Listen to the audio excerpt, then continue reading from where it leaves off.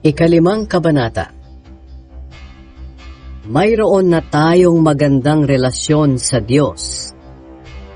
Kaya ngayong itinuturing na tayong matuwid dahil sa pananampalataya natin sa ating Panginoong Hesukristo.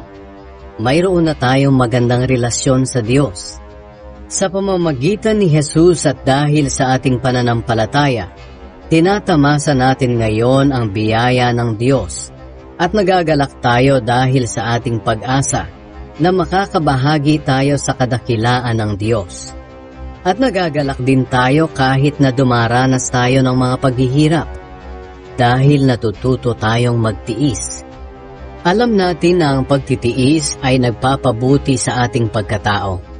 At kung mabuti ang ating pagkatao, may pag-asa tayo na makakabahagi tayo sa kadakilaan ng Diyos. At hindi tayo mabibigo sa ating pag-asa dahil ipinadama ng Diyos sa atin ang kanyang pagmamahal sa pamamagitan ng banal na Espiritu na ibinigay niya sa atin. Nang wala tayong kakayahang makaligtas sa kaparusahan, namatay si Kristo para sa ating mga kasalanan sa panahong itinakda ng Diyos. Bihira ang taong mag-aalay ng kanyang buhay para sa isang taong matuwid. Bagamat maaaring mayroong maglakas loob na ibigay ang kanyang buhay para sa isang mabuting tao. Pero ipinakita ng Diyos sa atin ang kanyang pag-ibig sa ganitong paraan. Kahit noong tayo'y makasalanan pa, namatay si Kristo para sa atin. At ngayong itinuring na tayong matuwid sa pamamagitan ng dugo ni Kristo, tiyak na maliligtas tayo sa parusa ng Diyos dahil kay Kristo. Dati kaaway tayo ng Diyos, pero ngayon, tinanggap na niya tayong mga kaibigan sa pamamagitan ng pagkamatay ng kanyang anak. At ngayong mayroon na tayong magandang relasyon sa Diyos, tiyak na ililigtas niya tayo sa kaparusahan sa pamamagitan ng buhay ni Kristo. Hindi lang iyan, nagagalak tayo sa relasyon natin sa Diyos ngayon dahil sa ginawa ng ating Panginoong Hesukristo. Naibalik na ang magandang relasyon natin sa Diyos dahil sa Kanya. Si Adan at si Kristo. Dumating ang kasalanan sa mundo dahil sa paglabag ni Adan sa utos ng Diyos. At dahil sa kasalanan, dumating din ang kamatayan. Kaya lumaganap ang kamatayan sa lahat ng tao dahil nagkasala ang lahat. Nasa mundo na ang kasalanan bago pa man ibigay ng Diyos ang kautusan. Pero hindi pinapanagot ang mga tao sa kanilang mga kasalanan kung wala namang kautusan.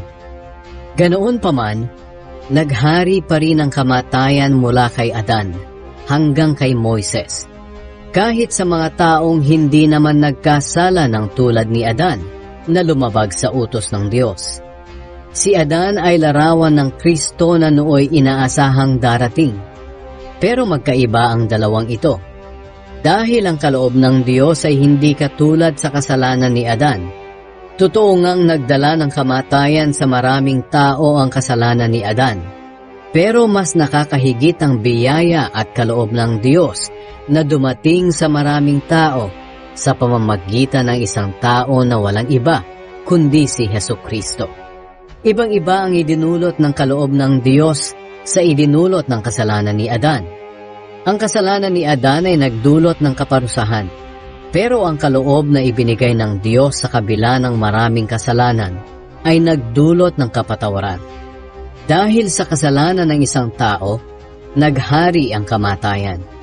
Pero dahil sa ginawa ng isa pang tao na si Hesukristo, ang mga taong tumanggap ng masaganang biyaya at kaloob ng Diyos ay itinuring niyang matuwid. At maghahari sila sa buhay na walang hanggan. Kaya dahil sa kasalanan ng isang tao, ang lahat ay nahatulang maparusahan. Ganoon din naman dahil sa matuwid na ginawa ng isang tao, ang lahat ay maituturing na matuwid at mabibigyan ng bagong buhay.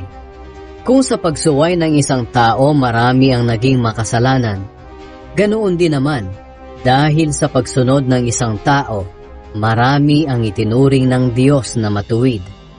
Ibinigay ng Diyos ang kautusan para ipakita sa mga tao na marami ang kanilang pagsuway. at nadadagdagan pa nga dahil sa kautusan. Pero kung nadadagdagan ng pagsuway, higit na nadadagdagan ang biyaya ng Diyos. Kaya kung paano naghari ang kasalanan at nagdulot ng kamatayan, ganoon din naman naghahari ang biyaya ng Diyos at nagdudulot ng buhay na walang hanggan. At dahil sa ginawa ng ating Panginoong Hesukristo, itinuring tayong matuwid ng Diyos.